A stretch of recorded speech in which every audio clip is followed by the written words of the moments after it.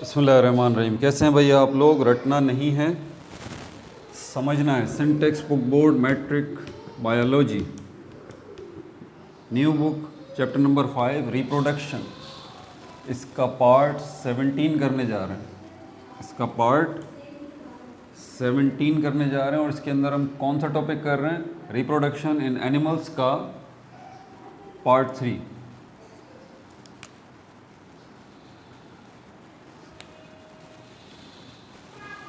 ठीक है भाई। रिप्रोडक्शन इन एनिमल्स, इसका पार्ट 1 नहीं देखा लाजमी देख लीजिए, पार्ट 2 नहीं देखा लाजमी देख लीजिए। इसका पीडीएफ आपके पास होना चाहिए। इस बुक का, सिंटेक्स बुक बोर्ड का पीडीएफ आपके पास होना चाहिए। ठीक है। और अगर पीडीएफ नहीं है तो ये बुक जो है वो आपके पास खुली होनी चाहिए। इसका पेज नंबर 100 है। क्या है इसका? पेज नंबर 100 है। और आज का टॉपिक है हमारा reproductive system.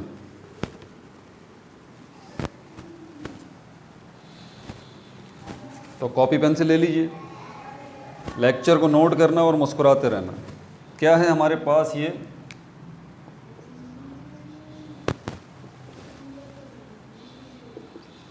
Reproductive system.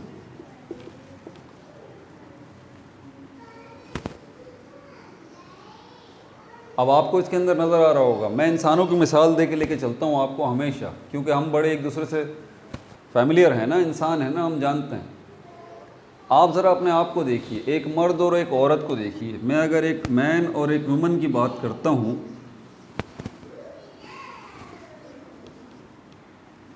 Man और वुमन दोनों के दोनों क्या हैं? आप कहेंगे ह्यूमंस हैं, इंसान हैं। ह्यूमंस इंसान बायोलॉजी की ज़बान में क्या हैं? ह्यूमंस इंसान बायोलॉजी की ज़बान में एनिमल्स हैं। ठीक है। और अगर बायोलॉजी की ज़बान में इंसान एनिमल्स हैं तो फिर ये किस किंगडम में आएंगे? ये किंगडम एनिमेलिया के अंदर आएंगे। समझ में आ गई बात आपको? तो किंगडम एनिमेलिया के अंदर ह्यूमंस, उसके अंदर हमारे पास दो कैटेगरी ह्यूमंस की आ गई, मैन और वुमन, मेल और फीमेल की आ गई। ठीक है। अब ये मेल और फीमेल जो है ये क्या है, ज़रा इस बात को समझिएगा। आपसे अगर पूछा जाए, आप छोटे बच्चे से ही पूछेंगे, 5-6 का बच्चा, कि सारे लिविंग थिंग्स किससे मिलके बने? सब बोलेंगे सेल से मिलके बने, इसमें कोई भी शक नहीं है। किससे मिलके बने? सेल से मिलके बने। मतलब अगर मैं ये कहूँ कि इंसान मर्द है या औरत है, ये असल में कलेक्शन है सेल्स का, तो ये बात बिल्कुल गलत नहीं होगी। आप मुझे देख लीजिए, व्हाट आई एम, मैं मैन हूँ। इसके अलावा मैं एक और मेरी डेफिनेशन हो सकती है, I am a collection of cells, trillions and trillions cells का मजमुआ हूँ मैं। वजह क्या है कि मेरे हाथ सेल्स से मिलके बने हैं, मेरी आँखें, बाल, हड्डियाँ, गोश्त, खून, सब कुछ जो है मेरी बॉडी का, वो किससे मिलके बना है? सेल्स से मिलके बना है। लेकिन ऐसे नहीं, ये हम आखिरी हद पे चले गए, ये हम आखिरी हद पे चले गए। सेल्स जो हैं ये मिलते हैं तो डायरेक्ट मर्द नहीं बनता। सेल्स जब मिलते हैं तो डायरेक्ट औरत नहीं बनती, बल्कि क्या बनता है? सेल्स जब मिलते हैं आपस में तो टिश्यू बनते हैं। इसी तरह टिश्यूज़ जब आपस में मिलते हैं, देखिए मैं मिलने का वर्ड बार बार बोल रहा हूँ, मिलना, मिलना, कंबाइन होना। क्या होना? कंबाइन होना। इस एक वर्ड पे ज़रा गौर करें, कंबाइन होना। सेल्स को एक जगह पर इकट्ठा होना ज़रूरी है। तो सेल्स जब एक जगह पर इकट्ठे होते हैं तो टिश्यू बनता है। टिश्यू जब एक जगह पर इकट्ठे होते हैं तो उससे क्या बनता है? ऑर्गन बनता है। और ऑर्गन जब एक जगह पर इकट्ठे होते हैं तो ऑर्गन सिस्टम बनता है। ऑर्गन सिस्टम बनता है। और ऑर्गन सिस्टम्स जब एक जगह पर इकट्ठे होते हैं तो क्या बनता है? ऑर्गेनिज्म बनता है। ऑर्गेनिज्म। समझ आ गई बात? ऑर्गेनिज्म किसको कहा जाता है? लिविंग थिंग्स को कहा जाता है। जितने लिविंग थिंग्स हैं आप उनको एक और नाम भी दे सकते हैं ऑर्गेनिज्म का। इस बात को ज़रा समझिएगा। तो यहाँ पर मैं ह्यूमंस, इंसानों की अगर बात करता हूँ, उसमें मर्द और औरत की बात करता हूँ, तो ह्यूमंस को मैं ऑर्गेनिज्म भी कह सकता हूँ। ऑर्गेनिज्म जो है वो ऑर्गन सिस्टम्स का मजमूआ है, तो इसका मतलब ये हुआ कि इंसान चाहे वो मर्द हो या औरत हो वो भी ऑर्गन सिस्टम्स का मजमूआ है, यानी कि कलेक्शन है। तो आप मुझे देख लीजिए, मेरी बॉडी भी जो है वो ऑर्गन सिस्टम्स का मजमूआ है। 12-13 किस्मों के ऑर्गन सिस्टम्स जो हैं वो मिले हैं।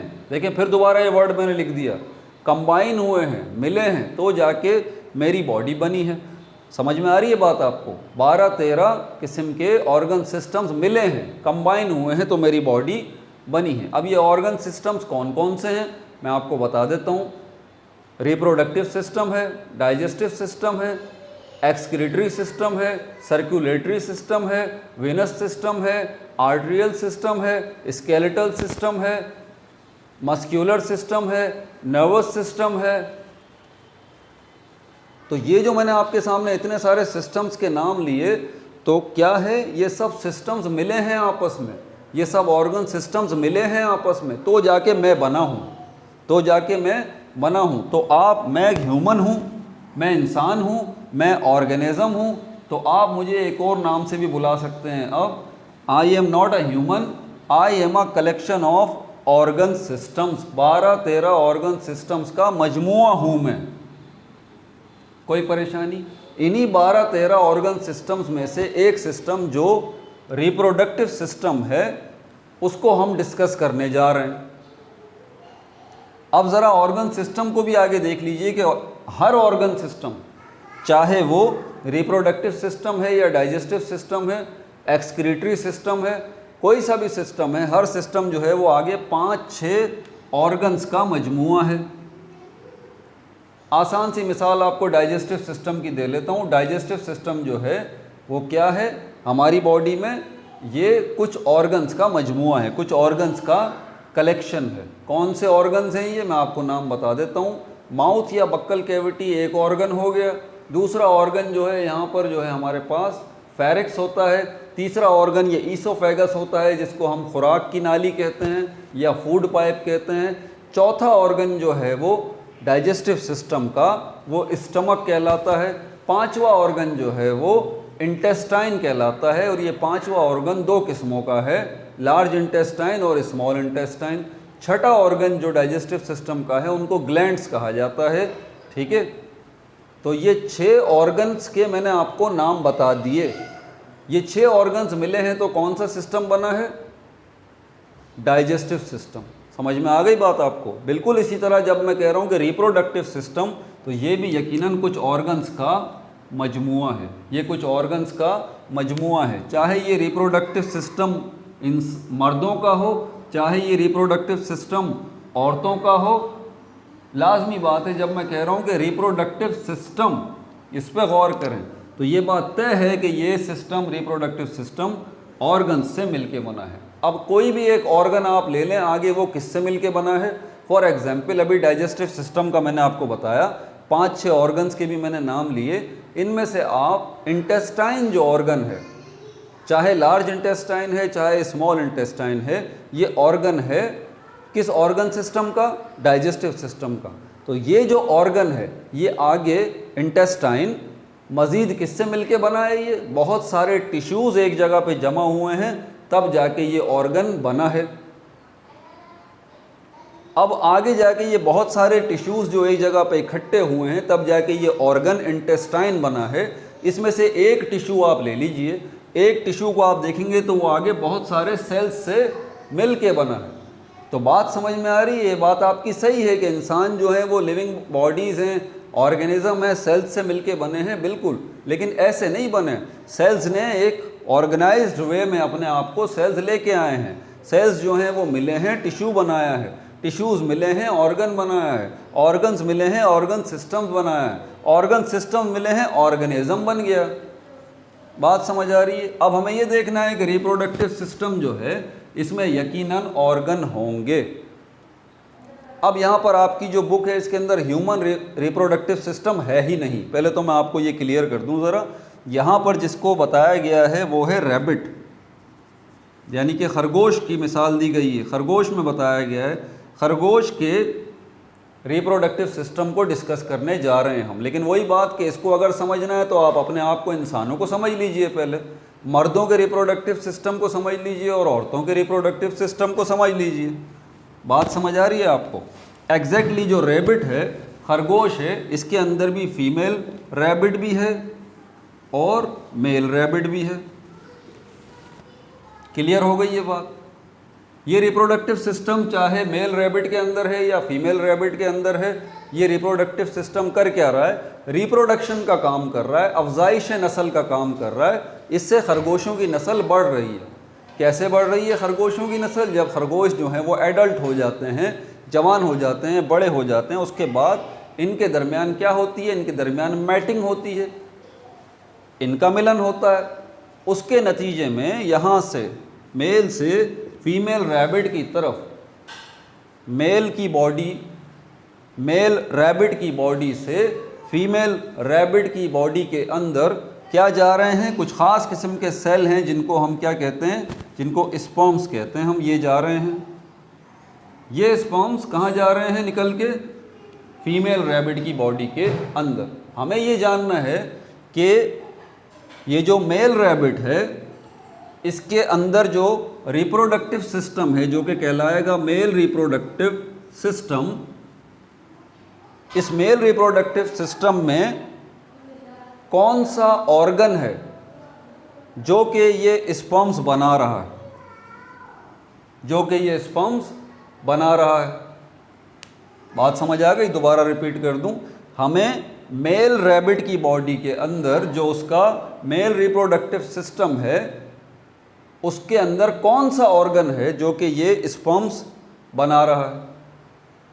अब फीमेल रैबिट की बॉडी के अंदर जो फीमेल रिप्रोडक्टिव सिस्टम है, उसके अंदर हमें देखना है कि कौन सा ऑर्गन क्या बना रहा है? ओव्यूम्स बना रहा है या ओवा बना रहा है?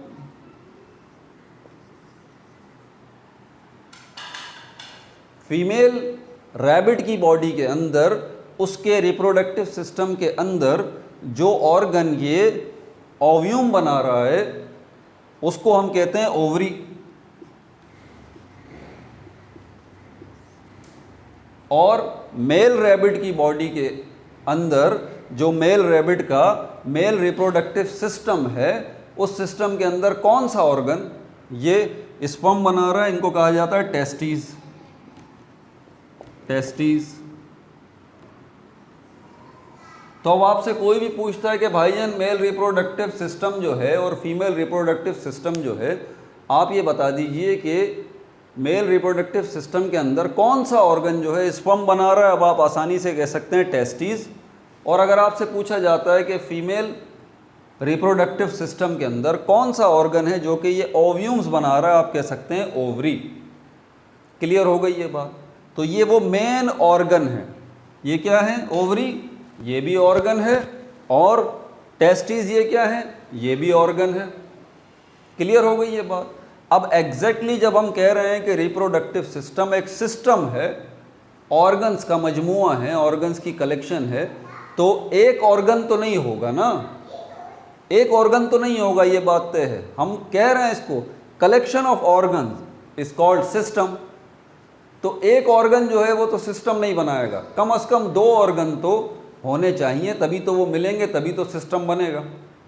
लेकिन अभी हमें जो है वो सिर्फ एक ही ऑर्गन का मैंने आपको बता दिया, अभी दूसरों के बताता हूँ साथ साथ। यहाँ तक बात क्लियर हो गई? इसको मिटा दिया जाए।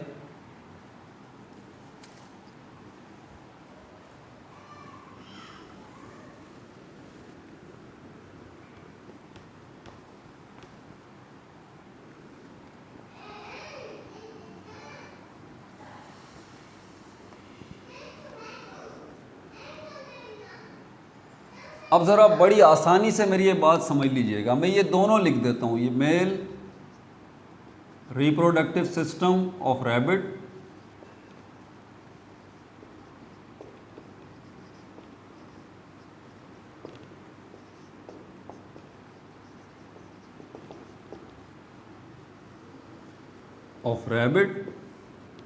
और female reproductive system of rabbit. Female reproductive system of rabbit.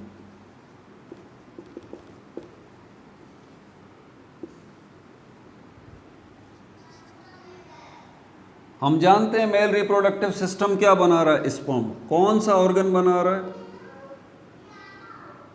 Testis. कितने टेस्टिस होते हैं ये 2 होते हैं, नोट्स में डाल लीजिए, ठीक है। कितने टेस्टिस हैं, ये 2 हैं।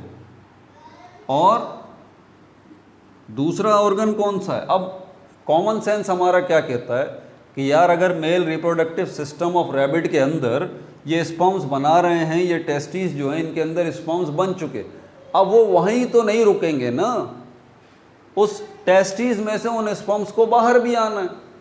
अब बाहर आने के बाद वो स्पर्म्स जो हैं उनको कहाँ जाना है, उन स्पर्म्स को फीमेल रैबिट की बॉडी के अंदर जाना है, ओव्यूम्स के पास। तो बनने का काम तो यहाँ हो गया। अब हम जानते हैं कि यकीनन इन टेस्टिस में से इन स्पर्म्स को निकलना भी है बाहर।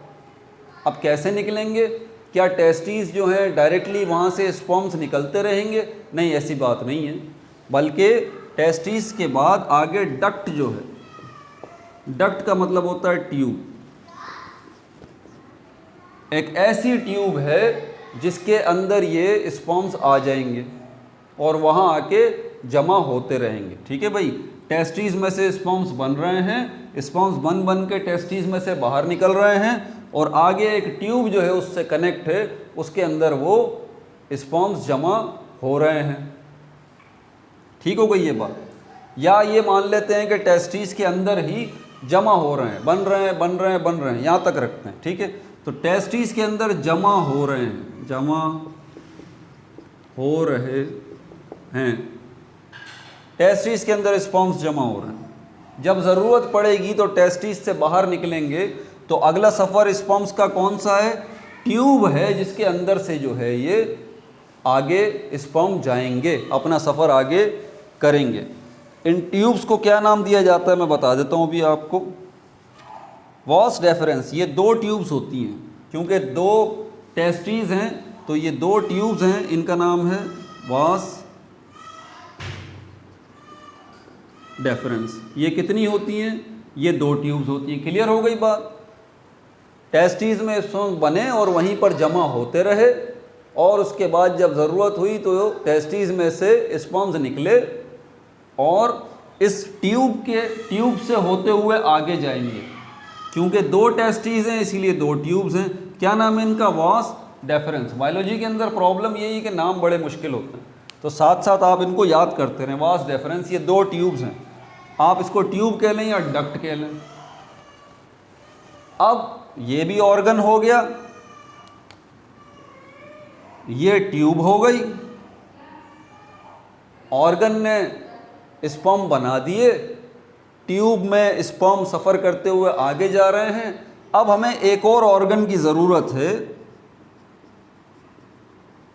एक और ऑर्गन की ज़रूरत है जो कि ट्रांसफ़र करेगा, जो कि ट्रांसफ़र करेगा क्या, स्पर्म्स को ट्रांसफ़र करेगा। एक ऐसा ऑर्गन जो कि स्पर्म ट्रांसफ़र करेगा, स्पर्म ट्रांसफ़र करेगा किसके अंदर, फीमेल रैबिट की बॉडी के अंदर, ठीक है। फीमेल रैबिट की बॉडी के अंदर स्पर्म ट्रांसफ़र ऑर्गन, इसका क्या नाम है, इसका नाम है पेनिस। क्या नाम है इसका, पेनिस है। तो बात क्लियर हो गई। Mail reproductive system of organ, इसके अंदर कौन सा ऑर्गन है जो स्पर्म बना रहा है, टेस्टिस ये ऑर्गन है, 2 हैं, दोनों स्पर्म बना रहे हैं, वहीं पर स्पर्म्स जमा हो रहे हैं। जब ज़रूरत पड़ रही है इन दोनों टेस्टिस में से स्पर्म्स बाहर आ रहे हैं, ट्यूब्स में से गुजरते हुए आगे जा रहे हैं। उन ट्यूब्स का नाम क्या है, वास डेफरेंस। ये कितनी है, ये 2 हैं और ये दोनों ट्यूब्स जो हैं आगे जाके एक ऑर्गन से कनेक्ट हो रही हैं, उस ऑर्गन को पेनिस कहा जाता है। ये ऑर्गन जो है इसका काम है ट्रांसफ़र करना, क्या, इन स्पर्म्स को किसके अंदर, फीमेल रैबिट की बॉडी के अंदर। कहाँ तक, जहाँ पर क्या मौजूद हैं, ओव्यूम्स मौजूद, ओव्यूम्स मौजूद। क्लियर हो गई ये बात। मैं इसका डायग्राम भी बना के दिखाऊंगा आपको, टेंशन नहीं। अब female reproductive system of rabbit की तरफ चलते हैं, उसके अंदर देख लेते हैं हमारे पास क्या क्या है। दोबारा यहीं से शुरू करेंगे। ओव्यूम्स बन रहे हैं फीमेल रैबिट की बॉडी के अंदर, किस सिस्टम में बन रहे हैं? क्या एक्सक्रीटरी सिस्टम में? नहीं। क्या रेस्पिरेटरी सिस्टम में? नहीं। रिप्रोडक्टिव सिस्टम में। ठीक है, रिप्रोडक्टिव सिस्टम में तो एक से ज़्यादा ऑर्गन होते हैं, तो कौन सा ऑर्गन है जहाँ पर ये ओव्यूम्स बन रहे हैं? उनको ओवरी कहा जाता है। ये कितनी होती हैं तादाद में? ये 2 होती हैं। तो ओवरी के अंदर ये ओव्यूम्स बन रहे हैं। यहाँ पर थोड़ा सा डिफरेंस आ जाता है मेल का और फीमेल का। समझ में आ रही है बात आपको? यहाँ हमने देखा था कि टेस्टिस के अंदर स्पर्म्स बन रहे हैं और वहीं जमा हो रहे हैं। Female reproductive system of rabbit के अंदर जो ओवरी है उसमें ओव्यूम्स बन तो रहे हैं, लेकिन वो वहाँ पर रुकेंगे नहीं, वो वहाँ से आगे चलेंगे। डेफिनेटली आगे चलेंगे तो फिर कहाँ जाएंगे ये? क्या ओवरी जो 2 हैं, क्या इनके साथ भी कोई ट्यूब्स वगैरह कनेक्ट हैं, कोई डक्ट हैं जिनमें सफ़र करते हुए ये ओव्यूम्स आगे जाएंगे? जी बिल्कुल। इनको कहा जाता है, ये जो डक्ट हैं, ये जो डक्ट है या ट्यूब है जो कि कैरी करेगी इन ओव्यूम्स को, ओवरी में से लेके आगे जाएंगी, उनको कहा जाता है ओविडक्ट या फैलोपियन ट्यूब। ओविडक्ट 2 नाम हैं इसके। ओविडक्ट ऑब्लिक लगा रहा हूँ मैं, या fallopian tube. Fallopian tube notes में डाल लीजिए, फैलोपियन ट्यूब या ओविडक्ट। क्लियर हो गई ये बात? तो ओवरी के अंदर ओव्यूम्स बन रहे हैं और वहाँ से निकल के फैलोपियन ट्यूब से गुजर रहे हैं। ये ट्यूब इनको, इस ट्यूब में से ये गुजर रहे हैं। अब जाके वो कौन सी जगह है फीमेल रिप्रोडक्टिव सिस्टम के अंदर, फीमेल रैबिट के अंदर, वो कौन सी जगह है जहाँ पर जाके ये ओव्यूम्स स्टोर होंगे, वहाँ पर जाके ये रुकेंगे? उस जगह को कहा जाता है यूटिरस। यूटिरस। यहाँ पर आके ये सारे ओव्यूम्स जो हैं यहाँ पर आके यूटिरस में जमा होना शुरू हो जाएंगे। अभी मैं डायग्राम भी बना के आपको दिखाऊंगा। यूटिरस में आके ये सारे के सारे ओव्यूम्स जो हैं वो आके जमा होना शुरू हो जाएंगे। तो आपसे अगर कोई पूछता है कि भाई ये ओव्यूम्स कहाँ बन रहे हैं, आप बोल देंगे फीमेल रिप्रोडक्टिव सिस्टम के अंदर। कौन से ऑर्गन में बन रहे हैं? ओवरीज जो है वो बना रही है। ओवरीज बना के इन ओव्यूम्स को क्या कर रही है? ओवरीज बना के इन ओव्यूम्स को आगे ट्रांसफ़र कर देगी एक ट्यूब के अंदर। उस ट्यूब में से होते हुए कहाँ पे जाके ये स्टोर होंगे? तो आप कहेंगे यूटिरस वो जगह है जहाँ पर स्टोर होंगे। उर्फ़ आम में अब मैं ज़रा 2 नाम आपको बता दूँ जो कि कॉमन लैंग्वेज में हमारे सोसाइटी में इस्तेमाल किए जाते हैं, या उर्दू में इसको कहा जाता है। इन ओवरी को कहा जाता है अंडा दानी।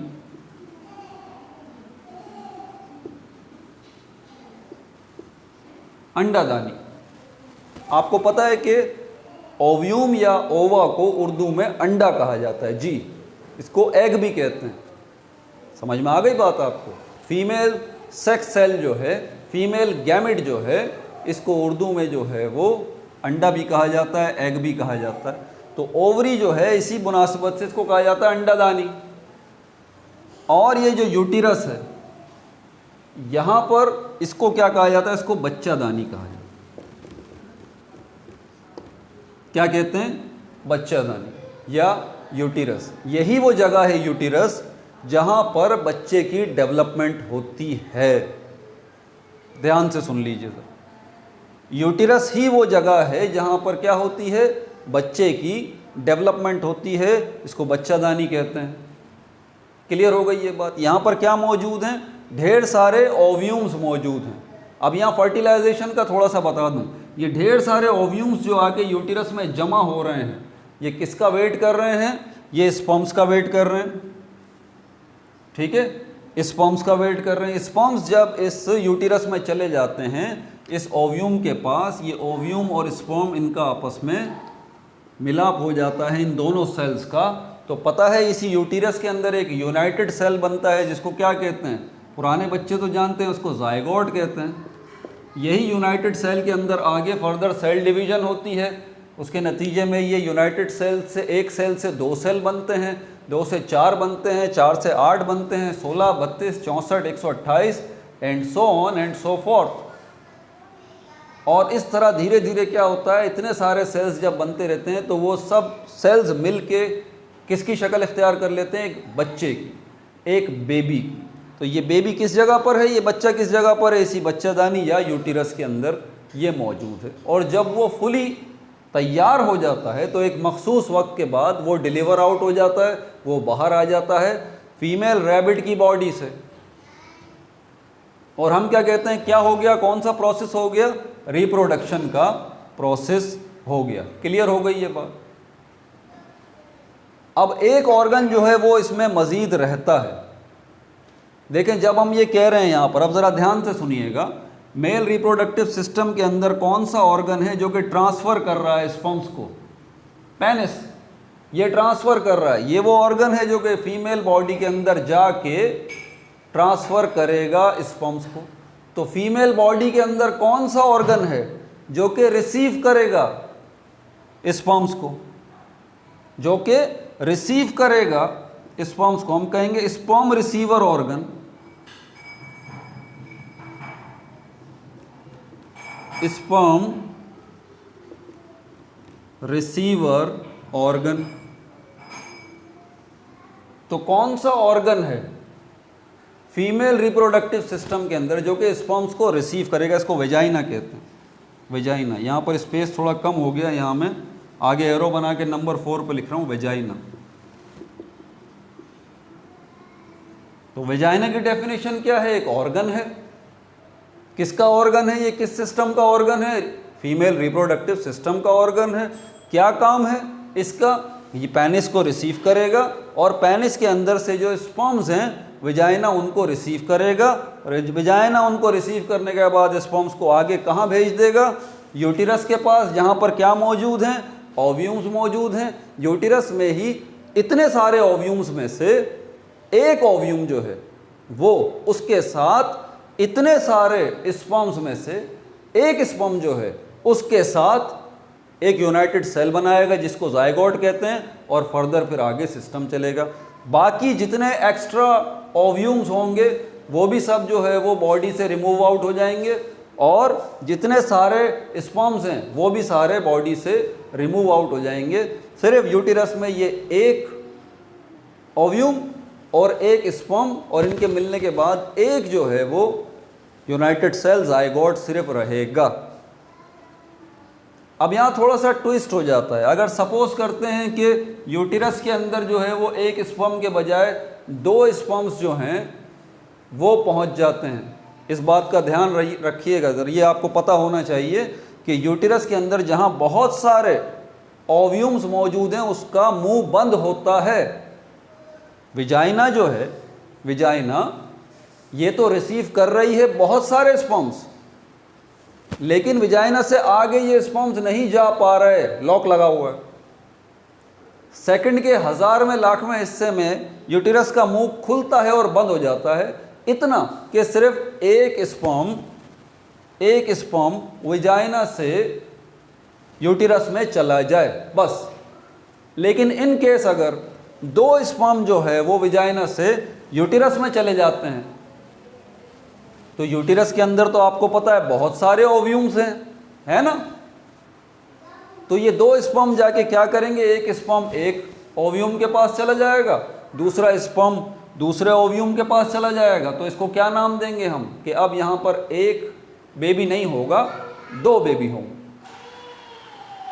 और इसी तरह अगर 3 स्पर्म्स चले जाएं तो 3 बेबी हो जाएंगे, 4 स्पर्म्स चले जाएं यूटिरस के अंदर तो 4 बेबी हो जाएंगे। बात समझ में आ रही है। आखिरी चीज़ जो कि अब इसके अंदर बताने वाली है वो है ग्लैंड्स। वो क्या हैं, वो ग्लैंड्स। ग्लैंड्स होते क्या हैं, इनको हम कहते हैं डक्टलेस ऑर्गन। ये आपको समझने पहले आप, डक्टलेस ऑर्गन। डक्ट मैं बता चुका हूँ, डक्ट किसको कहते हैं, ट्यूब को। डक्ट किसको कहते हैं, ट्यूब को। जैसे आपकी बॉडी में ये नसें हैं, ये नसें क्या हैं, ट्यूब्स हैं ना, समझ आ गई बात। तो डक्टलेस ऑर्गन है ग्लैंड्स, इनको क्या कहा जाता है? ये डक्टलेस है, मतलब इनमें कोई ऐसे ऑर्गन हैं जिनके साथ कोई ट्यूब या नाली अटैच नहीं है। एक अच्छी मिसाल तो नहीं है, ठीक है, आपको हो सकता है थोड़ी कराहत भी आए ये मिसाल सुन के कि सर आप कैसी मिसाल दे रहे हैं, ये तो मज़ा नहीं आ रहा कुछ। लेकिन यकीन करें आपको समझाने के लिए कि ये ग्लैंड्स जो हैं, ये ग्लैंड्स आपकी बॉडी में होते किस तरह से हैं, आपको सेकंड में समझ में आ जाएगा। आप बबल गम खाते हैं, च्युइंगम, ठीक है, च्युइंगम खाते हैं तो आप उसका रस तो पी लेते हैं, उसका जूस जो है वो आप पी लेते हैं, चबाते रहते हैं, उसका रस जो है वो आप पीते रहते हैं। याद रहे आपके मुंह के अंदर सलेवा भी मौजूद है, लुआब दहन भी मौजूद है, थूक भी मौजूद है। अब आपके मुंह के अंदर दो किस्म के लिक्विड हो गए, एक लिक्विड तो आपका सलेवा है या लुआब दहन है या थूक है, दूसरा लिक्विड किस में से निकल रहा है? उस बबल गम में से निकल रहा है। आप बड़े गंदे बच्चे हैं और आप जो है वो क्या करते हैं, उस बबल गम को मुंह के अंदर चबाते हैं, पहले खाने के बाद चबाते हैं चबाते हैं चबाते हैं, क्या करते हैं, उसको मस्टिकेटेड कर देते हैं, उसको इतना सॉफ्ट कर देते हैं कि उसका रस जो है पीते नहीं हैं, बल्कि क्या करते हैं, उसको चबा चबा के सॉफ्ट कर लेते हैं कि वो च्युइंगम रस से, जूस से भर जाती है। वो च्युइंगम निकाल के आप दीवार पर पेस्ट कर दें, ऐसे ऐसे ये लगा दिया आपने, गंदी सी बात है ना। ये च्युइंगम जो है उस जूस से भरी हुई है, क्या होगा फिर? ये च्युइंगम जो आपने दीवार पे लगा दी है, इसमें से रस निकल निकल के गिरेगा यूँ, ये अम्मा ने देख लिया तो पिटाई भी हो जाएगी कि ये क्या बदतमीज़ी है। तो ये च्युइंगम जो आपने दीवार पे लगा दी, इसमें से रस जो गिर रहा है, अब एग्जैक्टली आपकी बॉडी के अंदर ग्लैंड्स जो हैं, ये ग्लैंड्स ये बिल्कुल इसी तरह होते हैं कि जिस्म के किसी हिस्से के अंदर ये चिपके हुए होते हैं और इनमें से एक केमिकल या रस जो है वो टपक रहा होता है। उसी रस को या उसी केमिकल को, जिस तरह से इस बबल गम में से रस निकल निकल के टपक रहा है ना, बिल्कुल इसी तरह इसमें से जो जूस निकल निकल के टपकता है या गिरता है, उसको हम कहते हैं hormones. Hormones. Mail reproductive system के अंदर रैबिट की 3 ग्लैंड्स होते हैं। कितने ग्लैंड्स होते हैं? 3 ग्लैंड्स होते हैं, मैं उनका नाम भी यहाँ लिख दूंगा अभी। और फीमेल रिप्रोडक्टिव सिस्टम के अंदर रैबिट की एक ही ग्लैंड होता है, ये ओवरी को ही ग्लैंड कहा जाता है। तो फीमेल रिप्रोडक्टिव सिस्टम में तो ग्लैंड की टेंशन आपकी ख़त्म हो गई। ये ओवरी जो कि ओव्यूम प्रोड्यूसर है, ओव्यूम बनाने वाला ऑर्गन है, यही असल में क्या है, ये ग्लैंड भी है। लेकिन जब हम यहाँ देखते हैं मेल रिप्रोडक्टिव सिस्टम के अंदर, तो इसके अंदर जो है वो टेस्टिस जो हैं ये स्पर्म प्रोड्यूसर ऑर्गन है, लेकिन ये ग्लैंड नहीं है। कुछ जगहों पर इनको ग्लैंड भी कहा जाता है, ठीक है, कुछ जगहों पर, लेकिन अभी आपका कैलिबर नहीं है, आप मैट्रिक में हैं। यहाँ पर 3 ग्लैंड्स जो हैं वो अलग से लगे हुए हैं। टेस्टिस के साथ ये वास डेफरेंस जो है, 2 ट्यूब्स हैं, 2 डक्ट्स हैं, उसके बाद ये ऑर्गन है जिसको पेनिस कहा जाता है। इस पेनिस के ऊपर ही 3 ग्लैंड्स जो हैं वो लगे हुए होते हैं। क्लियर हो गई ये बात? मैं उनके नाम भी अभी आपके सामने लिख देता हूँ, यहाँ तक नोट कर लिया।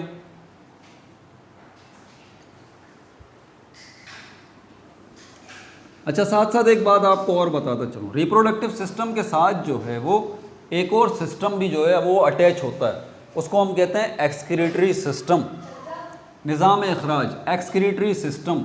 ये जो आपकी बॉडी में यूरिन बनता है, ये जो यूरिन बनता है, ये कौन सा सिस्टम बना रहा है आपकी बॉडी के अंदर? इसको यूरिनरी सिस्टम भी कहा जाता है और एक्सक्रीटरी सिस्टम भी कहा जाता है। आपकी बॉडी का जो रिप्रोडक्टिव सिस्टम है उसके साथ ये दूसरा सिस्टम भी अटैच होता है, यूरिनरी सिस्टम या एक्सक्रीटरी सिस्टम, जो कि क्या बना रहा है? यूरिन बना रहा है। कौन सा सिस्टम बना रहा है? यूरिनरी सिस्टम, यूरिनरी, या इसका क्या नाम है? Excretory system, excretory system. ठीक है भाई, क्योंकि ये अभी ड्राइंग करूंगा तो ये साथ नज़र आएगा, इसलिए मैंने इसको बना भी दिया। बहरहाल अगर हम मेल की बात करते हैं,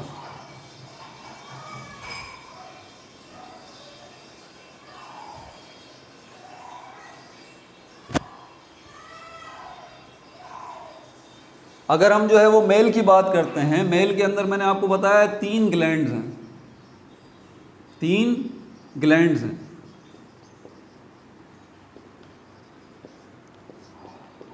इनके नाम ज़रा नोट कर लीजिएगा।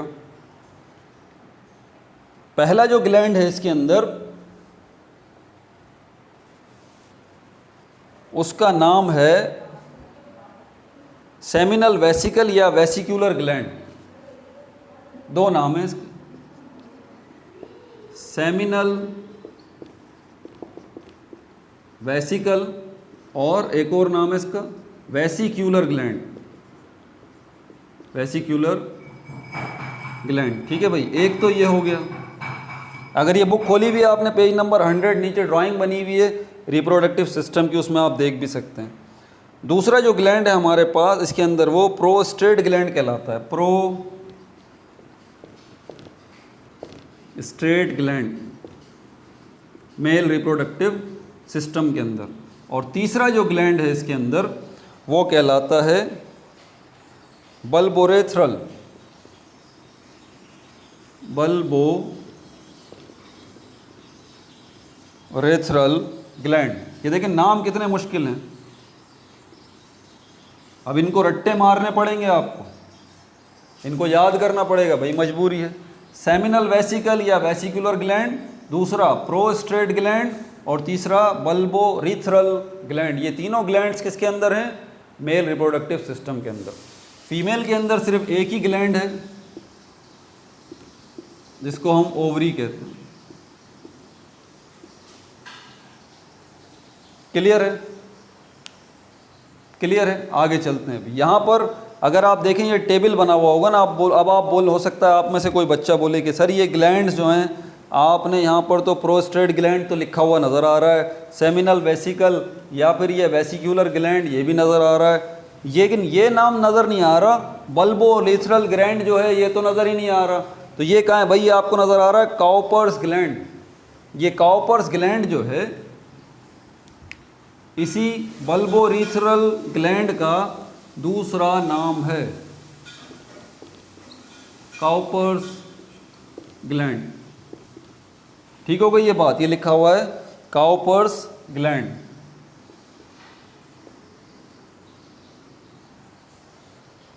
ठीक है, अब इसका स्ट्रक्चर ड्राइंग बना के दिखा दूं, ये काफ़ी मुश्किल काम है। मुश्किल तो नहीं है, आसान है, खैर बना देते हैं।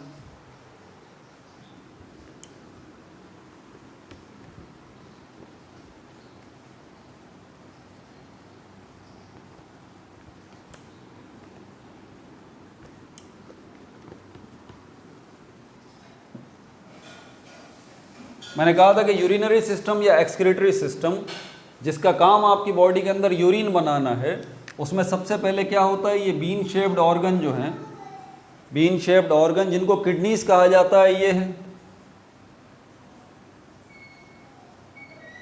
ये यहाँ से ट्यूब्स निकल रही हैं दो,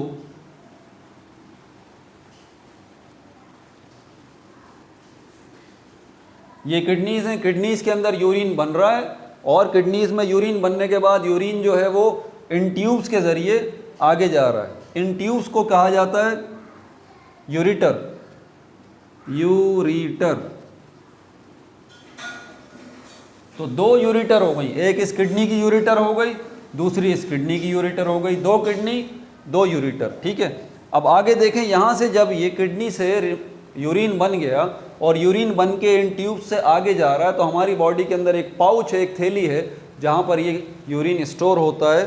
उसको क्या कहते हैं? उसको ब्लैडर कहते हैं। वो मैं आपको बना के दिखा रहा हूँ।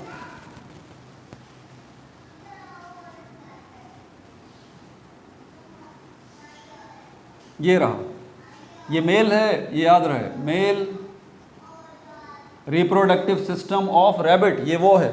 ठीक है भाई, हेडिंग दे दीजिएगा ऊपर। ये जो आपको बल्ब जैसी चीज़ नज़र आ रही है, इसको क्या कहा जाता है? इसको ब्लैडर कहते हैं। क्या कहते हैं इसको? ब्लैडर। तो इस ब्लैडर के अंदर आके यूरिन जो है वो स्टोर हो रहा है। इससे आगे रिप्रोडक्टिव सिस्टम शुरू हो जाता है मेल का। इसको थोड़ा सा हम नीचे लेके आए तो एक ग्लैंड ये रहा, दूसरा ग्लैंड ये रहा, तीसरा ग्लैंड ये रहा। याद है मैंने कहा था कि 3 ग्लैंड्स हैं। ये जो ऊपर वाला है ये वेसिक्यूलर ग्लैंड है, वेसिक्यूलर ग्लैंड है। ये जो दूसरा वाला है ये कौन सा है हमारे पास, इसका नाम था दूसरे नंबर पे प्रोस्टेट ग्लैंड, प्रोस्टेट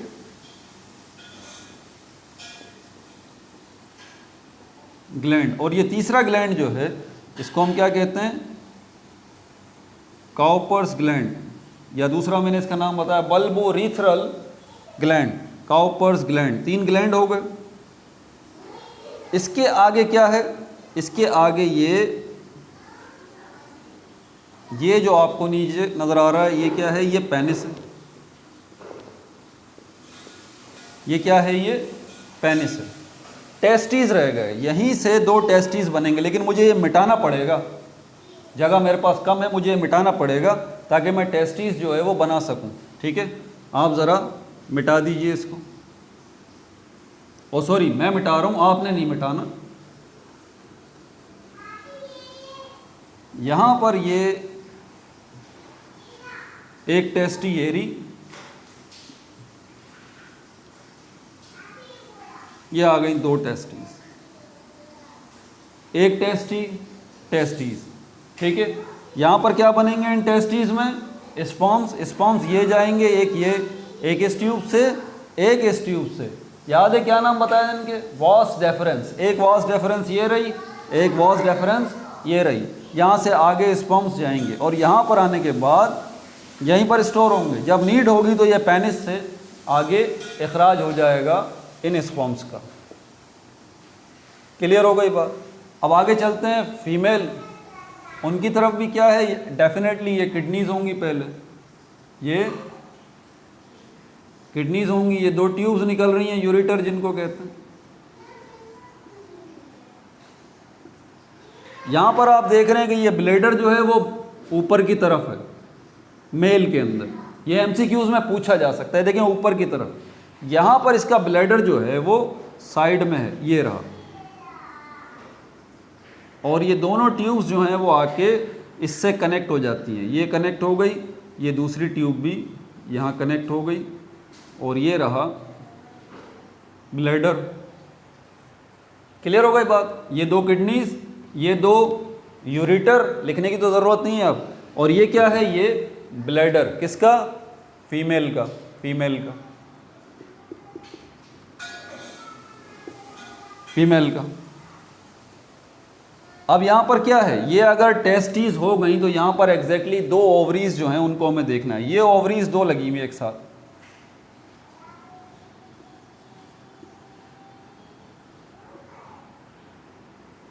और यहाँ से ये फैलिपियन ट्यूब, मैंने बताया था फैलिपियन ट्यूब ये आ रही। ज़रा ध्यान से देखिएगा। अब मैं क्या बनाने जा रहा हूँ यहाँ पर, इसके साथ थोड़ा मुझे खिचड़ी पकानी पड़ेगी, तो इन ट्यूब्स को ज़रा ध्यान में रखिएगा। ये यूरेटर है, इससे यूरिन आएगा, ये ब्लैडर हो गया। ये 2 ओवरी हो गई, एक ट्यूब ये रही, एक ट्यूब ये रही। इन ट्यूब्स को क्या कहते हैं, फैलोपियन ट्यूब या ओविडक्ट। यहाँ से जो है वो आगे जाएंगे क्या, ओव्यूम्स। मैंने कहा था ओव्यूम्स आगे जाके एक जगह पर स्टोर होंगे, मेन जगह, इसको बच्चादानी कहते हैं या फिर यूटिरस कहते हैं, वो ये रही। इस तरह की शेप की होगी। मुझे देखें मिटाना पड़ेगा भाई, ये थोड़ा सा, ये ट्यूब मिटा रहा हूँ। ये इस शेप की जो है ना वो होती। ये जो आपको बीच में नज़र आ रहा है पोर्शन, ये क्या है, ये यूटिरस है, बच्चादानी है। इसके अंदर क्या आके जमा होंगे, इसमें क्या जमा होंगे, इसमें ओव्यूम्स जमा होंगे। यहाँ से और आगे चलें, फिर मुझे मिटाना पड़ेगा थोड़ा सा।